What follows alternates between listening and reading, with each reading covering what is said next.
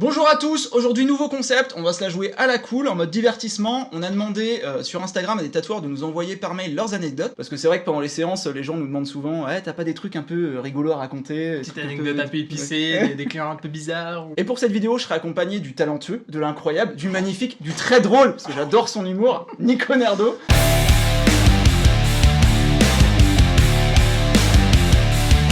Bienvenue. Bonjour à tous. Alors pour ce qui est des anecdotes, on en a reçu quand même un petit paquet, donc on va pas tous les mettre. Ça a été sélectionné en amont par une main innocente. Mais nous on n'a rien vu, on s'est pas spoilé, donc ça va être la surprise. J'espère qu'on va voir rigoler ce un peu. Ouais. Allez, c'est parti. Action.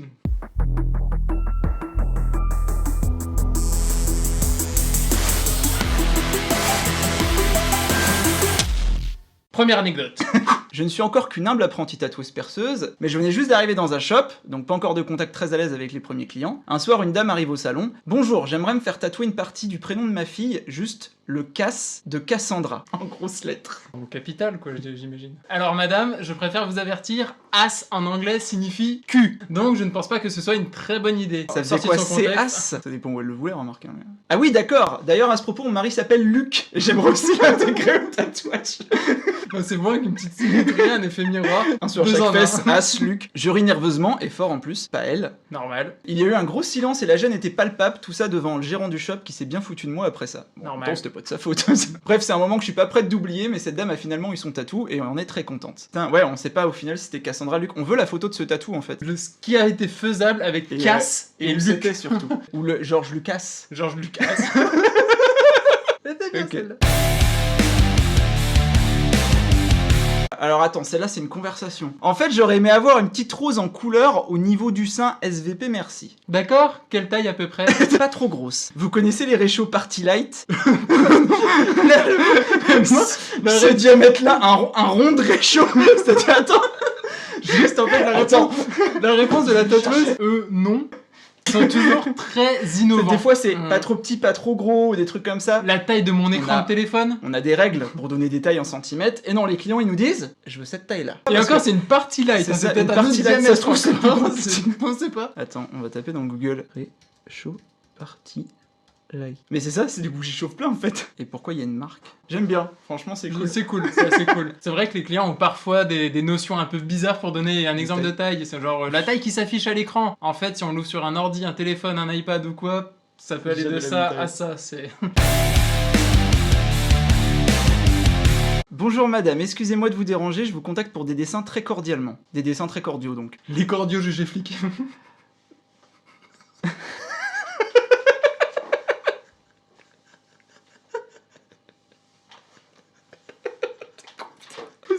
Bien.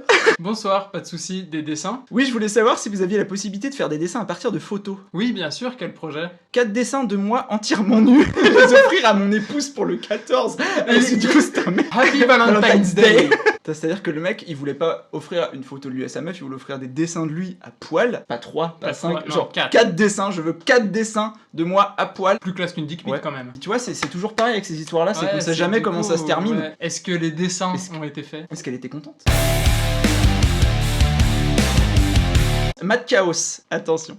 Bon, c'est pas transcendant, mais j'y ai réfléchi un peu. De souvenir, c'est une des situations les plus awkward qui me vient en tête. C'était à la convention de Montréal, il y a 2 ans je crois, j'avais pris tous mes rendez-vous d'avance, mon planning était complet depuis un moment, et une fille s'est pointée direct à l'ouverture du premier jour à mon stand. J'étais déjà en train de tatouer, c'est mon acolyte Jeff Awan qui a vu qu'elle avait l'air insistante pour des renseignements. Il lui demande vaguement ce qu'elle veut, moi je ne porte pas trop attention, elle lui dit qu'elle veut un rendez-vous avec moi. Et lui répond qu'il pense que je suis complet pour toute la conve. Je me retourne vaguement vu que j'entends que ça parle de moi, je confirme, oui en effet je suis complet pour le week-end, désolé, d'un air sympa quand même. Et là je regarde la fille, je vois sa tête, je vois les larmes monter, putain la gênance. Elle s'est mise à pleurer devant le stand, j'étais un peu désorienté, je lui dis des genres de banalités du genre bah je suis désolé, j'avais pris les rendez-vous d'avance. Ouais, bah, d'un sens c'est touchant hein mais... Oui c'est vrai que c'est cool mais... Et elle me regardait en pleurant avec des putain c'est pas vrai putain. Et en marmonnant des trucs à moitié en sanglots, et elle s'est retournée, a commencé à mettre des coups de pied dans le mur derrière, complètement triste et atterrée comme si on venait de lui apprendre la mort de quelqu'un. C'était super gênant, mais en même temps c'était super amusant, et vraiment j'étais quand même content de pas être seul. Tu m'étonnes. Non, parce qu'il n'y a pas de chute, c'est juste ça, la meuf elle a pas eu son truc. De là, on met des coups de pied dans le mur de la conve, c'est quand même assez ouf. Ouais. J'ai dû lancer vaguement des phrases rassurantes, mais j'étais totalement halluciné, puis je l'ai perdu de vue dans la foule, je sais pas ce qu'elle est devenue. Je l'invite d'ailleurs à prendre rendez-vous pour la consoler. Voilà, si tu nous regardes, on ne connaît pas ton prénom. Tu Eternal contacteras Black Matt Chaos, on met tous les liens en dessous, sur Instagram, n'importe où, contacte Matt. Avant la suivante, ce qu'on va faire, on va appeler Ben. C'est la bombe atomique. Ce mec, c'est une usine à anecdotes. Tu connais pas toi Ben encore? Non. Hola Benny, ça roule? Salut. Bah oui, bonjour. On est en train de tourner là, du coup, j'ai annoncé que t'avais des anecdotes quand même assez lourdes. Parce qu'il y a de la courte, il y a de la plus longue, ça dépend si tu vises les gens dans la boutique en général, parce que je crois que ma plus belle, c'est un mec que je n'ai jamais tatoué quand même. J'ai eu, qu'est-ce que j'ai en modèle particulier, une super demande de modèle d'un gars qui voulait deux chérubins qui tiennent une banderole marquée FTW, donc Fuck the World, et qui avec leur autre main tiennent leurs courgettes. Voilà, donc une courgette qui perd du jus de courgette, quoi. Hein, Ah oui, carrément. comme des courgettes qui urinent finalement, sur une carte de France. Typée cartoon, hein, donc avec des yeux et tout ça, une carte de France qui se tient à des barreaux dans une prison, et que dans la cellule, on voit derrière la carte de France un diable qui comment dire, pratique un coït dans le dos de la carte de France, afin qu'on voit bien la courgette du diable qui ressort par la bouche de la carte de France. Toujours plus. C'est la surenchère. Mais en vrai, comment tu peux dessiner ça? Je vais demander des références d'images. Quand même. Il n'y en a pas eu, et puis finalement le projet n'a pas donné suite. Et au final, il a trouvé un tatoueur pour lui faire, apparemment. Sérieux? Donc il a récupéré ses références d'images pour aller le faire ailleurs. Qu'est-ce que j'ai eu aussi Tout de suite on passe à un autre niveau. Oui, j'ai une charmante demoiselle qui est venue prendre rendez-vous parce qu'elle voulait que je lui fasse un tatouage avec de l'encre à paillettes. Mignon. Et, C'est mignon. donc je lui ai dit mais oui mais non, ça n'existe pas. Et elle m'a dit mais si, c'est une amie qui est venue se faire tatouer chez vous, qui m'a dit que vous aviez de l'encre à paillettes. Donc je lui ai dit d'en parler avec son ami, parce que je ne sais pas ce que j'ai pu dire pour lui faire croire ça, mais enfin voilà. Alors oui, donc au Hellfest, j'ai eu une demande assez particulière d'une personne qui voulait le logo du Hellfest sur l'aubergine. Hein, plus sur l'aubergine, ce qui a donné une superbe séance. La personne était mise sur le banc d'examen, donc avec les pieds au sol et les fesses posées sur le banc d'examen. Et à un moment donné, sans crier gare, la personne a fait une chute de tension. Donc, il est en t-shirt, on est d'accord? Il est en t-shirt, l'aubergine à l'air. Non, il était complètement. Il était à de tout style vestimentaire. Il était complètement à poil. Du coup, il est tombé dans les pommes. Sauf que comme je l'avais donc assis sur le bord du banc d'examen, et il a glissé et il allait se fracasser sur le sol en fait. Donc j'ai eu le temps de poser ma machine, attraper ce monsieur en ayant eu une courgette extrêmement près du visage comme jamais. C'est en mode téléphone. c'est ça. En mode téléphone. Les gens qui sont chez Orange, moi là j'étais chez Courgette. C'était assez sympa. Et puis il a rouvert les yeux en me disant alors du coup ça y est c'est fini. Donc j'ai dit bah non le mec à aucun moment il se rappelait que pas de problème et la séance s'est très bien passée. Et, voilà. Et à aucun moment il se rappelait que sa courgette avait frotté ton visage du coup. Non. En tout cas ça a créé un lien très fort puisque l'année d'après il est revenu se faire tatouer une autre partie de la courgette. Ça s'est super bien passé. Ah, parce qu'après, ouais, c'est vrai qu'il y avait le lécheur de boules, il y avait... Lécheur, mais attends.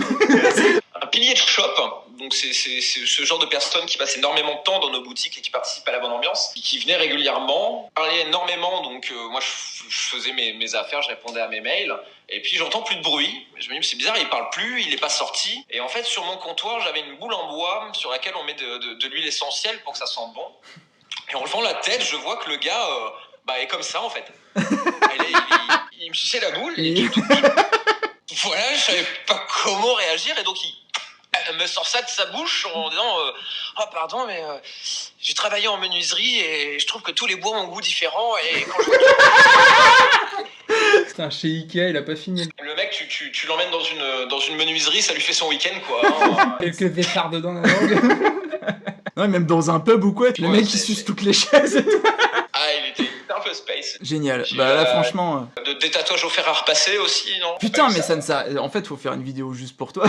Nana, je l'avais percée 2 ans avant et elle voulait se faire tatouer le nom de son homme et du coup, je lui avais dit non, je fais pas ce genre de choses en fait. Et elle a débarqué 2 ans après dans la boutique en furie et super énervée et elle me montre le prénom de son mec tatoué sur vraiment sur du poignet à au-dessus du coude quoi, en grosse lettre gothique noire et du coup en pétant un plomb quoi, en me disant oui ce connard il s'est barré, il a kidnappé ma fille, il a tous les flics au cul, enfin voilà truc de fou et en me demandant du coup de le recouvrir. Donc à part faire une bande noire je sais pas quoi faire, là j'ai de la place dans 3 mois et elle me fait ah non si tu me prends pas tout de suite ce soir je rentre chez moi et je l'enlève au fer à repasser. Putain. Et je lui dis non mais faut pas faire ça, ça marchera pas, enfin ah non mais je me suis déjà détatoué l'épaule au fer à repasser, ça marche très bien.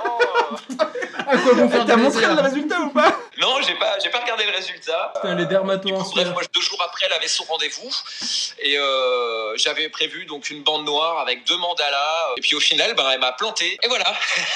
Eh ben merci pour tout ça mon lapin, franchement c'est génial. Il y a du level. T'as mis le niveau très très haut là, ça va être dur de reprendre là-dessus. À la prochaine, bisous. Salut. Bonne soirée, ciao. Ciao. Bisous. Je t'avais dit, il est incroyable. Incroyable. C'était Ben Underskin, tatoueur à Coutances.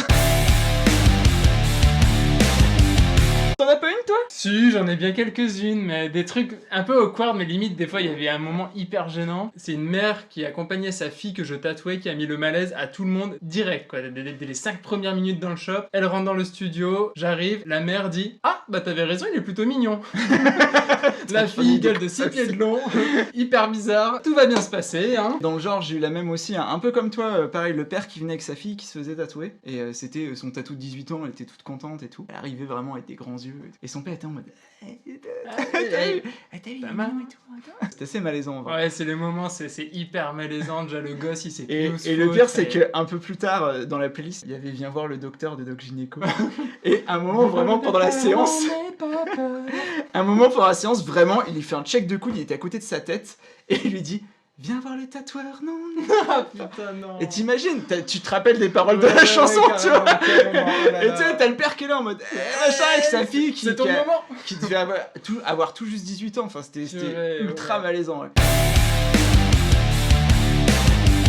Cela faisait à peu près 6 mois que je venais de terminer mon apprentissage, je tatoue à ce moment-là à temps plein. Un gars de 45 ans à peu près passe pour un devis, de lettrage, les prénoms de ses filles, jusque-là tout va bien. Pour le placement, il me dit un prénom de chaque côté des hanches sur l'aine. Tu vois, on y vient.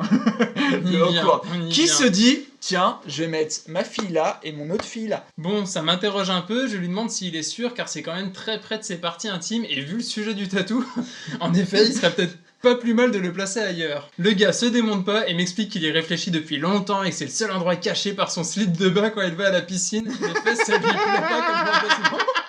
Donc en fait, il veut se faire tatouer le prénom de ses filles, mais il l'assume pas, faut que personne le voit. Et sur le cul, ça fait mauvais genre. Bon, avec ma collègue, on est quand même un peu surprise, mais on cale le rendez-vous. Je remets une petite couche en lui suggérant d'en parler à sa femme aussi, en évoquant que dans l'intimité, peut-être que voir de très près le prénom des filles pendant l'acte pouvait le gêner ou pas. Tu m'étonnes. Et je lui ai redit en partant que de toute façon, il peut changer de placement sans problème et me l'annoncer le jour J. Oui, il est pas trop tard pour changer d'avis, même 10 minutes avant. Tant que c'est pas fait. Le jour J, il conserve l'idée de départ sur l'aine, l'idée plaît beaucoup à sa femme aussi. Chacun ses mœurs, s'il le veut, là, je lui fais. Je lui dis d'enlever son pantalon et de se préparer pendant que je sors les stencils. Une fois prête, je me retourne et là, le gars est à poil. Sans pression, le mec carrément il s'est dit allez tranquille. Je lui demande de remettre son slip car ce n'est pas nécessaire, mais le gars ne veut pas. Lui, ça le dérange pas. Oui, bah, c'était un peu... Tu forces un peu Ouais, Michel non, là quand attends, même. voilà. On est en train de perdre du temps, bon du coup bah tant pis, je commence à caler les stencils comme ça, quelle merveilleuse idée j'ai eue. Je m'en retrouve donc avec son engin en demi-molle, qui gigote à 10-15 cm de mon visage. Ouais, laisse tomber le C'est-à-dire que- malaise. Est-ce que quoi. le mec faisait... Une petite anguille. Oh, putain. Là, c'est trop pour moi. Stencil placé, je lui dis de remettre son putain, Putain de de slip. Mais tu m'étonnes, Putain, mais putain. remets ton putain de Mais slip, Michel. t'imagines déjà le stencil Ah, mais staff et tout c'est avec trop. la trompe du gars devant Quel quand enfer. même. Le gars explose de rire en disant que vraiment ça le dérange pas et que si son engin gigote, c'est simplement que c'est parce que je suis une femme et que ça lui fait de l'effet. Oh là là là. C'est même plus malaisant, c'est glauque là à ce niveau-là. Voilà, quel enfer. Non mais là faut pas. Justement, je lui dis que moi ça me dérange, voilà, Enfin, oui. et que j'ai pas envie d'avoir son truc collé à mon visage pendant que je tatoue. Tu Il m'étonnes. finit par comprendre enfin Enfin. et par remettre son slip. Putain, mais le mec, quoi, mais sérieux, mais... Tu sais, tu vas te faire tatouer par une fille tatoueuse et tu te dis, bah tiens, je vais me mettre à poil. Mais c'est quoi. ça, c'est que nous les mecs, bizarrement, ça ne nous arrive pas. tu Non, vois. nous ça va, ça, à ce niveau-là. Depuis, je suis beaucoup plus ferme avec mes clients, cette histoire m'aura bien appris. Et Voilà, enfin bon, malheureusement... Il faut comprendre que quand c'est non, c'est non. Je tiens à préciser que le gars n'était pas méchant et que la situation était quand même plus drôle que dérangeante, quand même. Même si elle a été clairement gênante sur le moment. Voilà, ne faites pas ça. Juste pas. Juste non. Attendez au pire du pire qu'on vous dise ton slip me gêne un peu, peut-être le baisser un peu, mais attendez Ça- qu'on vous Vaut dise... mieux le garder qu'on te demande de l'enlever que de C'est- l'enlever c'est qu'on te ça. demande de le garder. C'était à moi d'être plus ferme, non. Non. Je reconnais. J'ai depuis tatoué sa femme et tout s'est bien passé. C'est un couple très agréable, même s'ils sont quelque peu très libérés. Très libéré. Parfait. On peut dire au moins que c'est des gens qui aiment leurs enfants. Ouais, moi, du coup, ça me fait penser à... J'en avais vu une comme ça. C'était quelqu'un avec qui déjà j'avais un feeling un peu particulier, tu vois. Ouais, Tu sentais ouais, qu'on n'était je pas vois, dans la même planète. Et elle arrive et elle me dit, je voudrais le portrait de mon père. Je fais, bon, jusqu'ici, tout va à peu près bien. Je fais, ok, tu le voudrais où? Bah, dans le bas du dos. Donc là, je lui fais un Ok. peu le même discours en mode, tu sais que par rapport à l'emplacement, voilà, le mec a pas envie d'avoir la tête de son beau-père Ouais. en face de lui quand, voilà. Clairement. Et donc elle me dit non mais ouais je le veux là parce que je lui dis en plus voilà c'est ton père, t'as peut-être envie de le voir justement, là tu le verras jamais en fait, il y a que ton mec qui va le voir donc Ouais, c'est pas... ouais. Et elle me dit non je le veux là et tout, je fais bon ok machin, tu sais, t'es grande, c'est ce que tu veux. Moi, t'as prévenu. Et je lui dis du coup en quelle taille? Et elle me dit bah à peu près A4.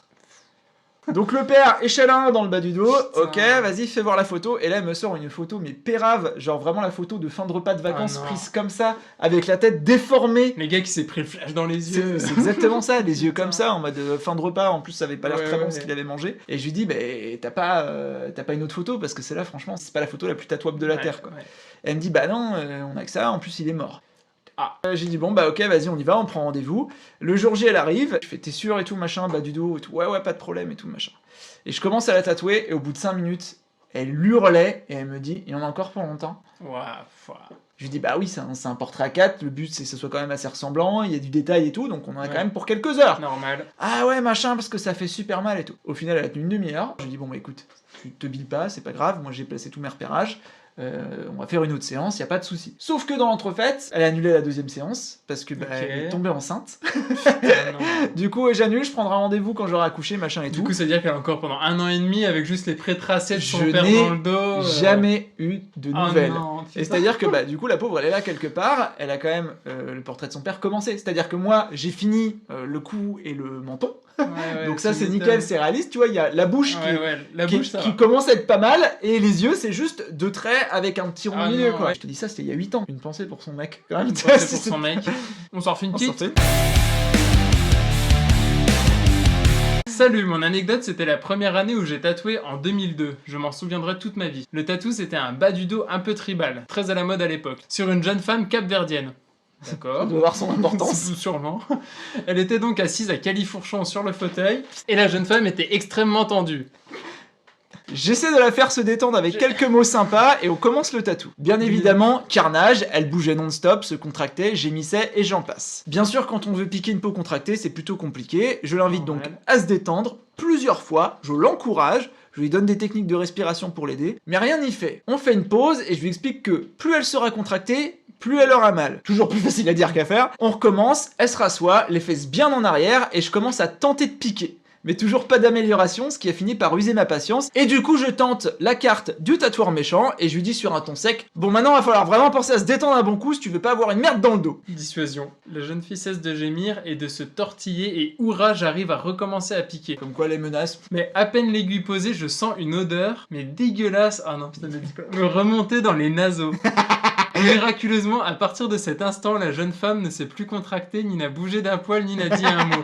J'ai un petit peu peur de ce qui va venir, je t'avoue. Je venais de me faire péter à la gueule, Ah putain, j'ai pas ouverte pour pas qu'elle se sente encore plus mal. Je suis limite déçu en fait. Limite déçu, je m'attendais presque à un petit accident un peu plus gros. Et j'ai réussi à finir mon tatouage. Elle avait dû manger un mort. Il mangeait pissé à Cap-Vert peut-être. Ah, sûrement, ouais, remarque. J'avais une petite anecdote qui était mignonne où j'avais mon collègue, il était en train de tatouer à côté et en fait à un moment il dit à sa cliente comment t'as connu le shop du coup, comment t'en es arrivé là? Et là il y a un petit malaise, il y a un petit blanc, la cliente lui répond c'est la 7e fois que tu me tatoues en fait. Ça c'est assez chaud. Ça c'est un enfer, mais la des fois mémoire de poisson rouge, c'est vrai que des fois t'es tellement focus sur ton tatou et c'est du que tu coup, vois le visage en de fait la personne, les gens tu leur dis bonjour, tu les regardes dans les yeux et après tu les tatoues Ouais. et en fait tu passes 30 secondes à les regarder et le reste du temps tu regardes leur tatou et même quand tu leur parles t'as encore la gueule dans le tatou donc c'est ça. tu retiens pas, on tatoue tellement de gens, on peut pas retenir tout le monde. Moi il m'est arrivé l'inverse, c'est-à-dire que je marchais dans la rue, j'étais avec Sybarite, à un moment où il y a une nana qui se tourne, qui me regarde et elle fait et moi dans ma tête je suis un peu habitué tu vois à ce qu'on me parle et que j'ai besoin d'un petit temps tu vois et je lui fais hey, je lui tape la bise et tout en mode, et dans ma tête c'est en mode putain rappelle-toi c'est qui c'est forcément une cliente ou quelqu'un que j'ai croisé une soirée et là elle me fait est-ce que tu connais l'association?